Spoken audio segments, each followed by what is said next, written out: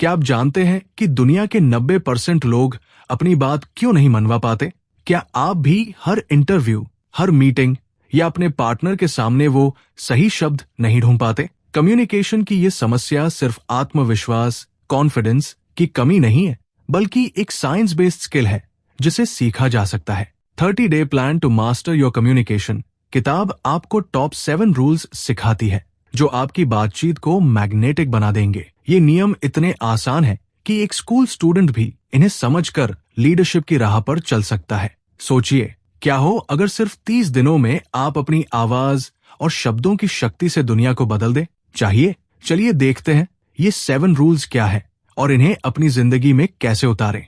सोचिए, एक स्टूडेंट जिसने पूरी रात प्रेजेंटेशन तैयार की लेकिन हॉल में खड़ा होते ही आवाज लड़खड़ा गई, या एक डॉक्टर जिसके पास इलाज का सही ज्ञान है पर वो मरीज को भरोसा, ट्रस्ट नहीं दिला पा रहा। शायद आप एक पेरेंट हैं जो अपने बच्चे से कनेक्ट करना चाहते हैं, लेकिन आपकी बातचीत हमेशा एक झगड़े पर खत्म होती है। ये सिर्फ आपकी समस्या नहीं है, लाखों लोग हर दिन मिसकम्युनिकेशन के कारण बेहतरीन रिश्ते, रिलेशनशिप्स, बड़ी डील्स और करियर के सुनहरे मौके खो देते हैं। ये दर्द साइंटिफिक है। हमारा ब्रेन स्पष्ट और भावनात्मक रूप से कनेक्ट होने वाली बातों को ही याद रखता है। इस दर्द से निकलने का रास्ता क्या है? क्या हमें अपनी पर्सनैलिटी बदलनी होगी? नहीं, ये किताब 30-day plan to master your communication कहती है कि आपको सिर्फ 7 फंडामेंटल रूल्स समझने हैं। ये रूल्स साइकोलॉजी और न्यूरोसाइंस पर आधारित है। अगर आप अपने फाइनेंस, अपने रिलेशनशिप गोल्स या अपने करियर को अगले स्तर पर ले जाना चाहते हैं, तो ये किताब आपके लिए एक हिडन ट्रेजर है। इसे देखने के बाद आप खुद में एक पॉजिटिव चेंज महसूस करेंगे, क्योंकि अब आप सिर्फ बोल नहीं रहे होंगे, आप इन्फ्लुएंस कर रहे होंगे। यूनिक ऑडियो बुक में आपका स्वागत है। ये वही जगह है जहां आपको मिलेंगी दुनिया भर की बेस्ट बुक्स की समरीज सिर्फ 15 मिनट में। हर समरी एक हिडन सीक्रेट खोलती है जो आपकी सोच और जिंदगी बदल सकती है। चाहे आप स्टूडेंट हो, पेरेंट्स हो, प्रोफेशनल्स हो, कॉर्पोरेट वर्ल्ड का पार्ट हो, रिलेशनशिप्स को समझने की कोशिश कर रहे हो या अपने फाइनेंस को इंप्रूव करना चाहते हो, यहाँ आपको मिलेंगे प्रैक्टिकल सॉल्यूशंस और नए पर्सपेक्टिव्स। मैंने हजारों लोगों में ये पैटर्न देखा है। सफल लोग हमेशा सबसे क्लियर कम्युनिकेटर्स होते हैं। और याद रखिए, आज जो सीक्रेट हम खोलने वाले हैं, शायद वही आपकी जर्नी का टर्निंग पॉइंट बन जाए। बराक ओबामा के बारे में। वो दुनिया के सबसे प्रभावशाली इन्फ्लुएंशियल कम्युनिकेटर्स में से एक क्यों माने जाते हैं? वो सिर्फ अच्छे वक्ता स्पीकर नहीं है, उनकी कम्युनिकेशन का आधार फाउंडेशन है रिदम और स्टोरी टेलिंग। वो बड़े से बड़े विचार को भी इतने सरल और जुड़ाव वाले शब्दों में पेश करते थे कि आम जनता भी उन्हें समझ सके। इसे वर्बल सिंप्लिसिटी कहते हैं। ये सिर्फ पब्लिक स्पीकिंग नहीं है, ये ऑथेंटिक कनेक्शन है। ये किताब भी यही सिखाती है कि सिंप्लीफिकेशन ही किसी भी बातचीत की असली शक्ति है। ओबामा ने इसी सिद्धांत प्रिंसिपल का उपयोग करके लाखों लोगों को प्रेरित किया। अब हम भी सीखते हैं कि ये जादू कैसे किया जाता है। बराक ओबामा का उदाहरण हमें दिखाता है कि महान संचार, ग्रेट कम्युनिकेशन सिर्फ भारी भरकम शब्दों से नहीं, बल्कि सरलता से आता है। लेकिन अपनी बात को सरल रखने से पहले हमें लोगों का ध्यान खींचना सीखना होगा। तो इस यात्रा का पहला और सबसे शक्तिशाली सीक्रेट क्या है? सीक्रेट 1, दी 7 सेकंड रूल। इमेजिन कीजिए, आप एक कॉन्फ्रेंस रूम में हैं। आपके पास अपनी पूरी टीम को प्रभावित करने के लिए 3 मिनट है। क्या आप जानते हैं कि पहले 7 सेकंड में ही आपकी सफलता या विफलता, फेलियर तय हो जाती है? 7 सेकंड रूल कम्युनिकेशन साइकोलॉजी का एक मजबूत आधार है। रिसर्च कहती है कि हमारा ब्रेन किसी भी नए इनपुट को पहले 7 सेकंड में ही फिल्टर कर लेता है। ये फिल्टर तय करता है कि आपकी बात जरूरी है या ट्रैश। इसे माइक्रो अटेंशन विंडो कहते हैं। यदि आप इन 7 सेकंड में विजुअल इंपैक्ट, आप कैसे दिखते हैं, वोकल इंपैक्ट, आपकी आवाज की टोन, और वर्बल इंपैक्ट, पहला वाक्य, को सही से अलाइन नहीं करते, तो आपका श्रोता, लिसनर मेंटली चेकआउट कर जाता है। ये सिर्फ पहली मीटिंग के लिए नहीं है, बल्कि हर उस लम्हे के लिए है जहां आप अपनी बात की शुरुआत करते हैं, चाहे वो एक ईमेल हो या फोन कॉल। हमें अपनी बात को हाई इंपैक्ट बनाना सीखना होगा। साइंस बेस्ड प्रूफ, एमी कड़ी की पावर पोजिंग रिसर्च भी यही कहती है कि आपका नॉन वर्बल कम्युनिकेशन पहले कुछ सेकंड में आपकी अथॉरिटी को स्थापित करता है। किताब के लेखक एक कॉर्पोरेट ट्रेनर का उदाहरण देते हैं। वो हमेशा मीटिंग में देर से आते थे और सीधे सीट पर बैठ जाते थे। उनकी टीम उन्हें गंभीरता से नहीं लेती थी।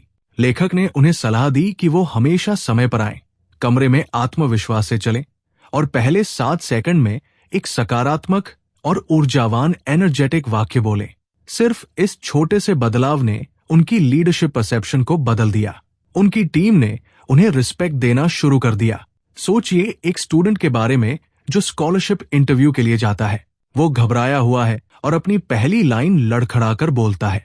यहीं पर इंटरव्यू लेने वाला व्यक्ति, इंटरव्यूअर, अनकॉन्शियसली तय कर लेता है कि इस स्टूडेंट में आत्मविश्वास की कमी है। इसके विपरीत यदि वो खड़ा होकर, आंखों में आंखें डालकर और एक स्ट्रॉन्ग ओपनिंग स्टेटमेंट से शुरुआत करे तो वो पहले 7 सेकंड में ही अपनी आधी जंग जीत लेगा। याद रखिए, ये 7 सेकंड का नियम एवोल्यूशनरी साइकोलॉजी पर आधारित है। हमारा दिमाग तेजी से ये जानना चाहता है कि ये नया व्यक्ति दोस्त है या दुश्मन, भरोसेमंद है या नहीं। हमें इस नेचुरल बायस का फायदा उठाना है। अपनी शुरुआत को इतना शार्प और क्लियर बनाओ कि किसी के पास आपको नजरअंदाज करने का कोई मौका ही ना हो। ये सुपर पावर है। वाह, पहले 7 सेकंड में दुनिया को जीतने का ये सीक्रेट तो गजब का है। लेकिन जब आप अपनी बात शुरू कर देते हैं तब उसे इंटरेस्टिंग कैसे बनाए रखें?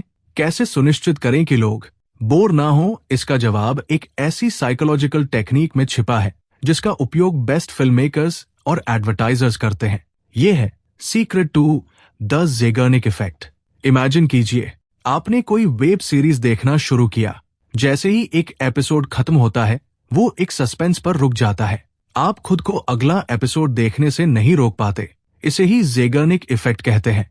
ज़ेगार्निक इफेक्ट एक साइकोलॉजिकल फेनोमेनन है जो कहता है कि हमारा ब्रेन अधूरी बातों को पूरी हो चुकी बातों से ज्यादा देर तक याद रखता है। ये सिद्धांत, प्रिंसिपल, रशियन साइकोलॉजिस्ट ब्लूमा ज़ेगार्निक ने खोजा था। जब आप अपनी कम्युनिकेशन में अनफिनिश्ड लूप्स या छोटे छोटे सवाल छोड़ते हैं तो आप अपने श्रोता के ब्रेन में एक क्यूरियोसिटी गैप बना देते हैं। उनका अवचेतन मन उस गैप को भरने के लिए एक्टिव हो जाता है, जिससे उनकी अटेंशन स्पैन बढ़ जाती है। ये वैज्ञानिक रूप से साइंटिफिकली सिद्ध हो चुका है कि एंट्री ही रिटेंशन की कुंजी है। अपनी बात को मोनोटोन की तरह मत सुनाओ, बल्कि एक कनेक्टेड स्टोरी की तरह बुनते जाओ। लेखक एक सेल्स पर्सन का उदाहरण देते हैं जो अपने प्रोडक्ट की विशेषताएं, फीचर्स बताने से पहले हमेशा कहता था, ये प्रोडक्ट आपकी सबसे बड़ी समस्या को हल कर सकता है, लेकिन पहले मैं आपको बताऊंगा कि हमने इसे क्यों बनाया। ये टीजर श्रोता, लिसनर को बांधे रखता था। ये तरीका क्यूरियोसिटी को चरम पर ले जाता है और दिमाग को वेट मोड पर रखता है। अगर आप एक टीचर हैं तो अपनी क्लास में एक नया टॉपिक शुरू करने से पहले कहिए, आज हम एक ऐसा नियम सीखने वाले हैं जिसने 17वीं सदी में एक महान वैज्ञानिक का करियर तबाह कर दिया था। लेकिन वो नियम क्या था, ये जानने से पहले हमें उसके पहले चरण को समझना होगा। देखिए, आपके स्टूडेंट्स की आंखें कैसे चमक उठती है। आपने उनके दिमाग में एक इमोशनल क्यूरियोसिटी लूप खोल दिया है। ये नियम आपको बोर करने वाले से स्टोरी टेलर बनाता है। अपनी कम्युनिकेशन को प्रेडिक्शन के बजाय डिस्कवरी बनाइए। जैसे एक अच्छी किताब हर चैप्टर के अंत में एक क्लू छोड़ती है, वैसे ही अपनी बातचीत में भी छोटे छोटे सस्पेंस छोड़ते जाइए। ये ज़ेगार्निक इफेक्ट आपको न सिर्फ सुनाएगा बल्कि आपको यादगार बना देगा। हमने जान लिया कि शुरुआत कैसे करें और बीच में लोगों को कैसे बांधे रखें। लेकिन कम्युनिकेशन सिर्फ टॉकिंग नहीं है। कम्युनिकेशन का असली पावर तब आता है जब आप अपने ऑडियंस के इनर वर्ल्ड से कनेक्ट करते हैं, जब आप उन्हें ये महसूस कराते हैं कि आप सिर्फ उनकी बात कर रहे हैं। ये कैसे संभव है? Secret 3, the chameleon effect. Imagine कीजिए, आप एक दोस्त से बात कर रहे हैं और आप दोनों एक ही तरह से हाथ हिला रहे हैं या एक ही गति से बोल रहे हैं। आप अनकॉन्शियसली एक दूसरे को मिरर कर रहे हैं। ये सिर्फ दोस्ती नहीं है, ये डीप साइकोलॉजी है, द कमीलियन इफेक्ट, जिसे कम्युनिकेशन में मिररिंग भी कहते हैं। एक सबकॉन्शियस बिहेवियर है। ये कहता है कि जब दो लोग एक दूसरे से कॉन्शियसली या अनकॉन्शियसली अपनी बॉडी लैंग्वेज, हाथों की गति, बैठने का तरीका, वोकल पेस, बोलने की गति और टोनल इंटेंसिटी, आवाज की टोन को कॉपी करते हैं, तो उनके बीच ट्रस्ट और रैपोर्ट तेजी से बढ़ता है। न्यूरोसाइंस में इसके लिए हमारे मिरर न्यूरॉन्स जिम्मेदार हैं। ये न्यूरॉन्स हमें दूसरों की भावनाओं और इरादों को समझने में मदद करते हैं। जब आप किसी को मिरर करते हैं तो आप उनके ब्रेन को एक सिग्नल भेजते हैं, मैं आपकी तरह हूं, आप सुरक्षित हैं। इस तकनीक का उपयोग एफबीआई नेगोशिएटर्स भी करते हैं। यह आपकी बातचीत को ऑथेंटिकेशन और डेप्थ देता है। इसे ऑथेंटिक तरीके से करना जरूरी है, ना कि रोबोट की तरह।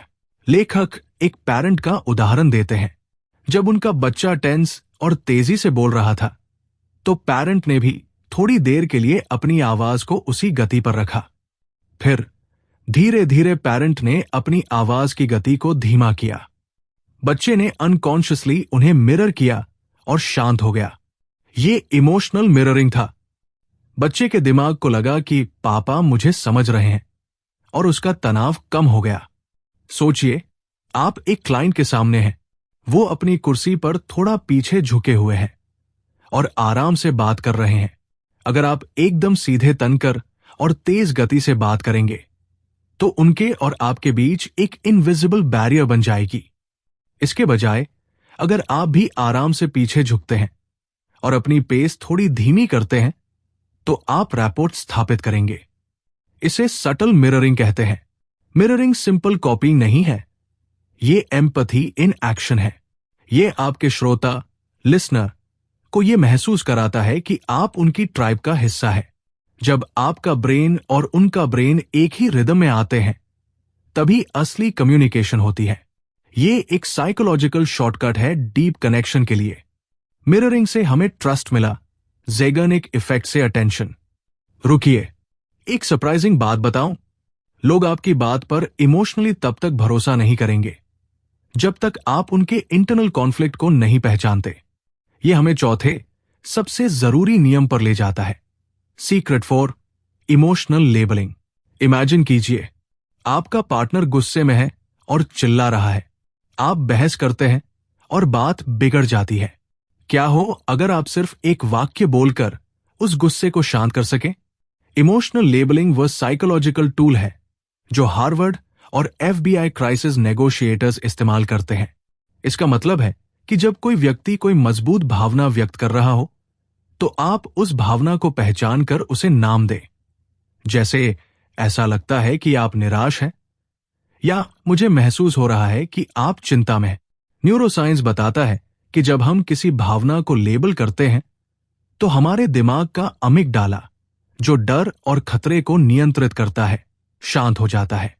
इससे उनका फाइट और फ्लाइट मोड बंद हो जाता है और वे रैशनल होकर सोचने लगते हैं। आप उनके इमोशन को वैलिडेट करते हैं, न कि उससे लड़ते हैं। लेखक एक डिसग्रंटल्ड कस्टमर का उदाहरण देते हैं।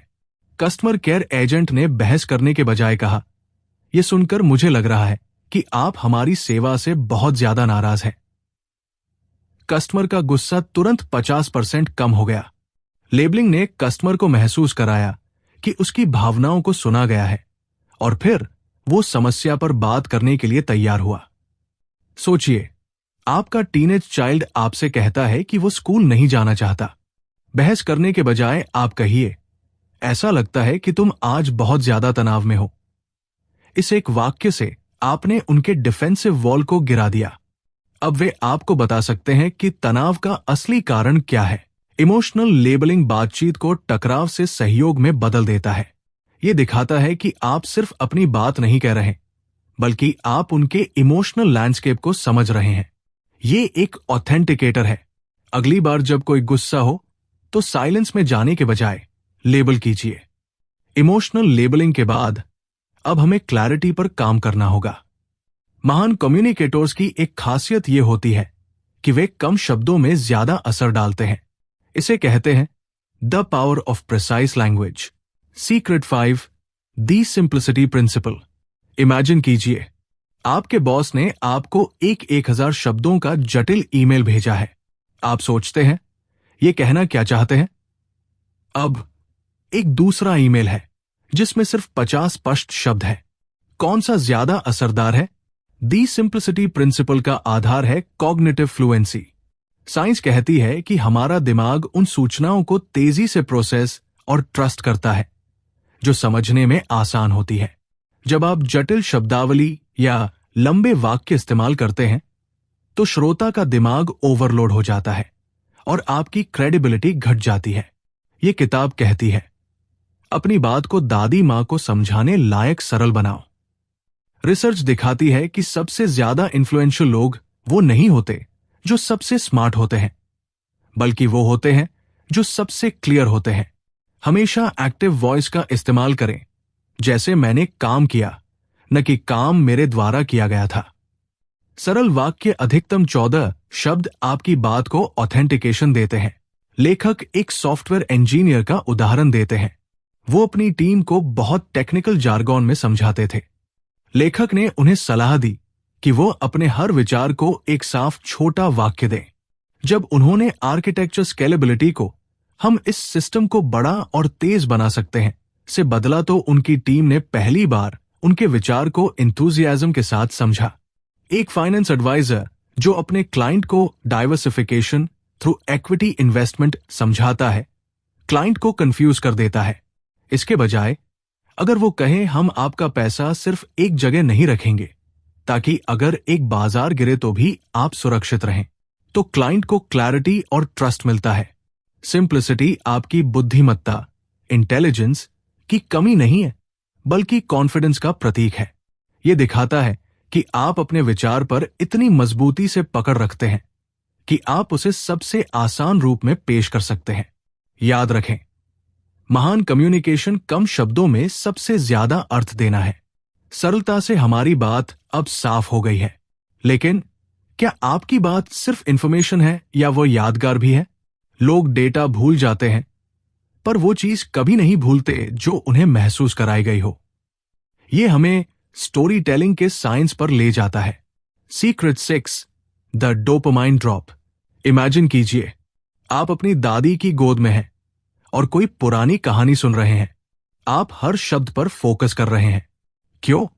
क्योंकि कहानियां हमारे दिमाग में केमिकल रिएक्शन पैदा करती है। द डोपामाइन ड्रॉप वो साइंटिफिक प्रक्रिया है जो तब होती है जब हम एक अच्छी कहानी सुनते हैं। डोपामाइन एक न्यूरोट्रांसमीटर है जो प्लेजर और मोटिवेशन से जुड़ा है। जब कहानी टेंशन से शुरू होती है और फिर रेजोल्यूशन, समाधान की ओर बढ़ती है, तो हमारे दिमाग में डोपामाइन रिलीज होता है, जिससे हम एंगेज रहते हैं। यह किताब कहती है, इंफॉर्मेशन मत दो, ट्रांसफॉर्मेशन की कहानी सुनाओ। अपनी बात को हमेशा एक प्रोटैगनिस्ट नायक, एक कॉन्फ्लिक्ट और एक आउटकम परिणाम में बांटे। यह न सिर्फ आपके ऑडियंस को बांधे रखता है, बल्कि आपकी बात को 22 गुना ज्यादा यादगार बनाता है। लेखक एक एचआर मैनेजर का उदाहरण देते हैं। वो एक नया नियम लागू करने जा रहे थे। सिर्फ नियम बताने के बजाय उन्होंने एक टीम मेंबर की कहानी सुनाई जो पुराने नियम की वजह से संघर्ष कर रहा था। फिर उन्होंने बताया कि नया नियम कैसे उस टीम मेंबर की जिंदगी बदलेगा। लोगों ने सिर्फ रूल नहीं सुना, उन्होंने इंपैक्ट को महसूस किया।